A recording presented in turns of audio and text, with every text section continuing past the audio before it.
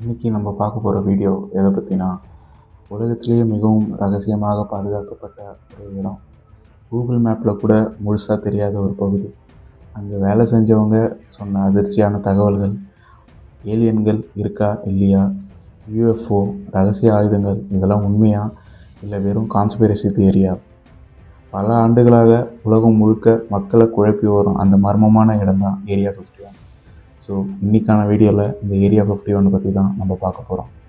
சரி வாங்க வீடியோக்குள்ளே போகலாம். நெவேடா பாலைவனத்தின் நடுவில் இருக்கிற இடம் தான் இந்த ஏரியா 51.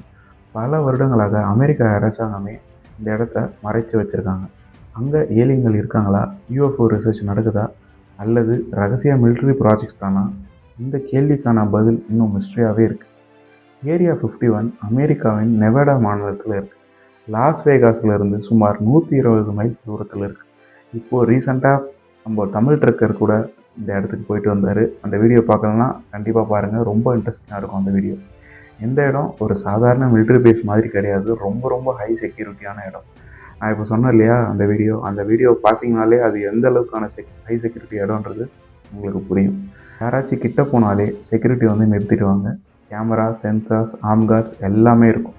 இதனால் மக்களுக்கு சந்தேகம் இன்னும் அதிகமாகவே ஆயிடுச்சு. ஏன் இவ்வளோ செக்யூரிட்டி, எதுக்காக? இதுக்கான ஆன்சர் கோல்டு வார் காலத்துலேருந்து ஆரம்பிக்குது. 1950 அமெரிக்கா மற்றும் சோவியத் யூனியன் இடையே பெரிய டென்ஷன் இருந்துச்சு.